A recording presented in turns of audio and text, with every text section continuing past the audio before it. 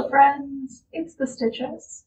Today I have another zine review for you all. I've been planning on reviewing the Bed Zen series for a while now because I just really love the whole concept of the zine. Bed Zen is a collection of art and poetry and essays submitted by authors and artists who have some form of chronic illness. The purpose is to explore the relationship between those with chronic illnesses and their beds, hence the name Bed Zine.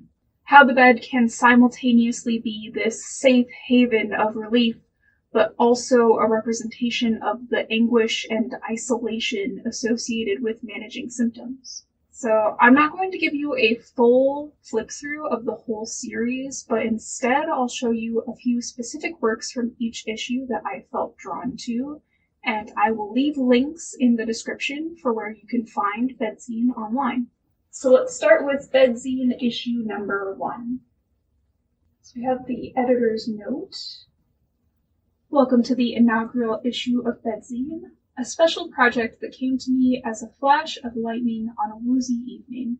I was bundled up in bed with a migraine, wearing sunglasses indoors, and thinking about creating a collaborative zine of some kind, when a simple contradiction that I experience as a chronically ill person came to mind.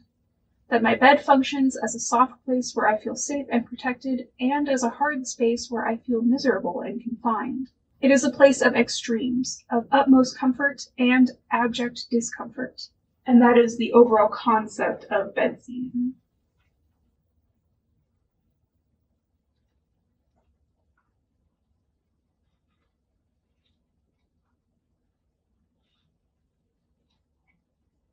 So the first piece I wanted to show you is called Magnet. This is a piece of prose combined with an image, a 60 by 80 inch queen. And this piece was about being stuck in bed with depression for an entire summer.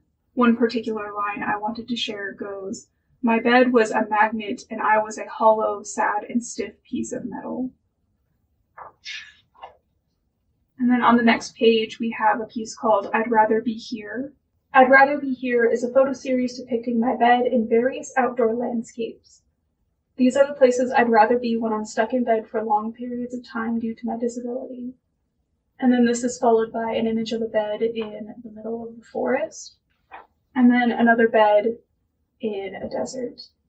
And then there were a couple more pieces from this issue that really speak for themselves.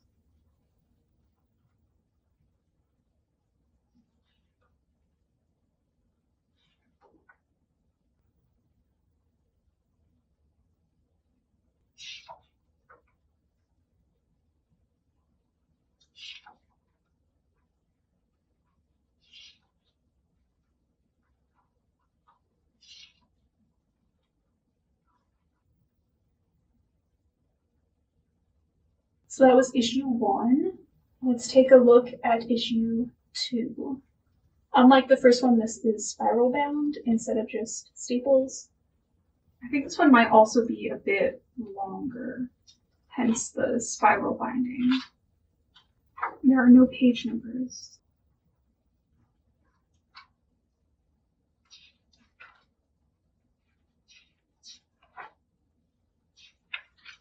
So first we have a poem called Bed. This is a poem about living with arthritis. I need the meds in the bottle for the arthritis so I can open the bottle to get the meds for the arthritis.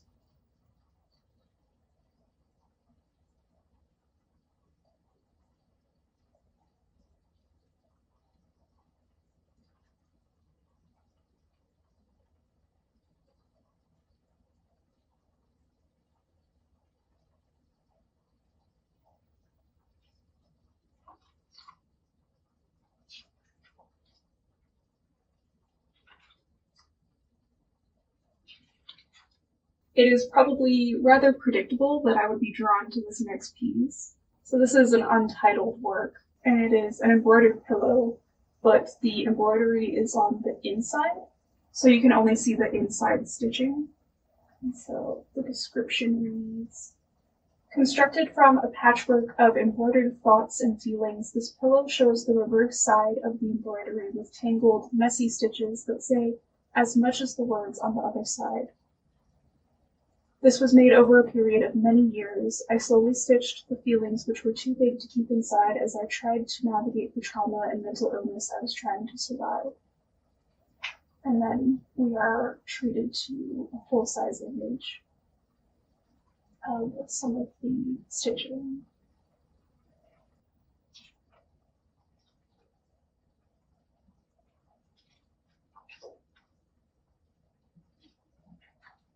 And then I just really liked these two that were included by the same artist.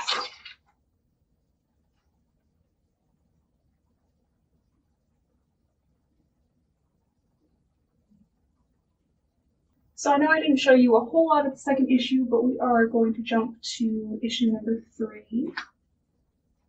And now it's time for a quick commercial break.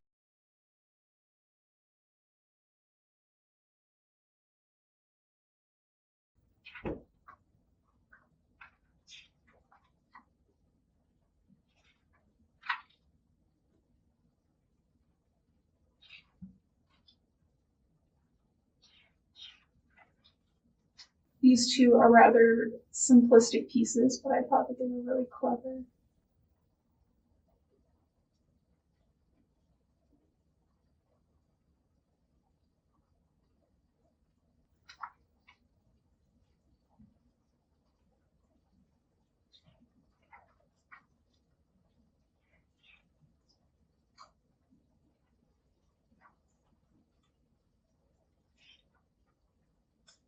So this is called My Bed by an artist called Brian Spies.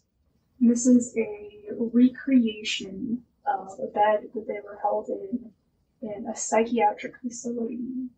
And you can pause to read the full text if you want, but the one line that I really wanted to hone in on was, I entered the Horsham Clinic with depression and chronic anxiety. I left there broken.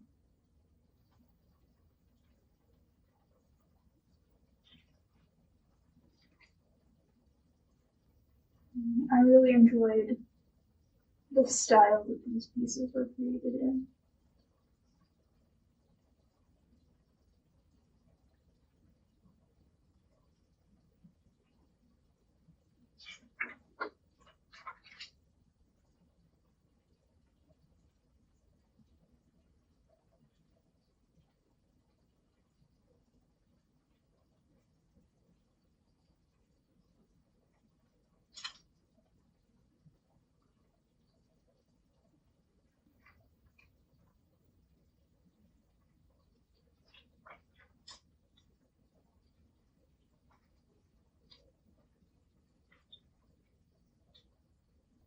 This is another one that I really enjoyed for the style. I really liked the colors that the artist chose for this particular piece.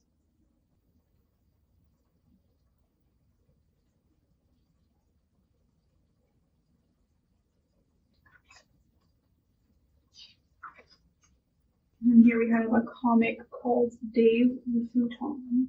It discusses the relationship with the bed as if it's a relationship with a person. The text is kind of small, so hopefully I can get my camera to focus on it, but it reads, Dave is my futon. I love Dave. I constantly, rather obsessively think of Dave when I'm not with him. Dave isn't comfortable or practical.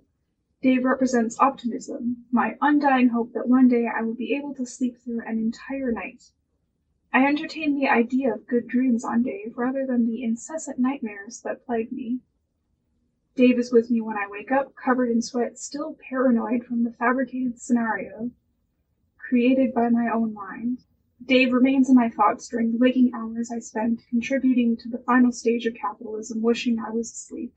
Dave symbolically folds open and closed, catering to my varying needs, dependent on my state of mind and frequent need of isolation.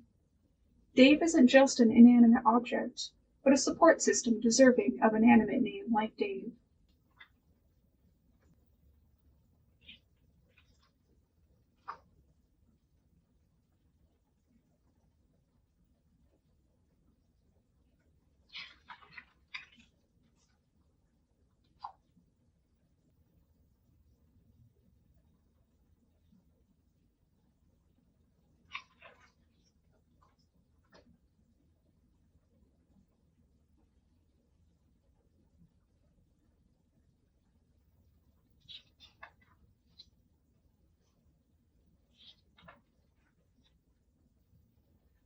then the last piece I wanted to show you is this particular comic.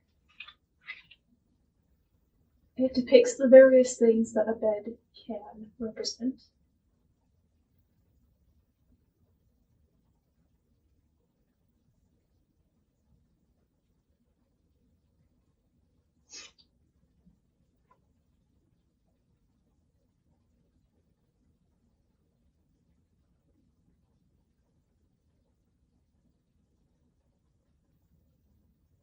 Some of the details are probably being lost on my camera, but hopefully you get the idea.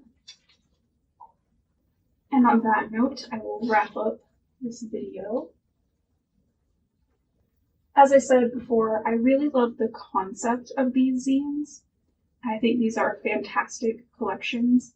If you can find them, I highly recommend giving them a read. That's all for today.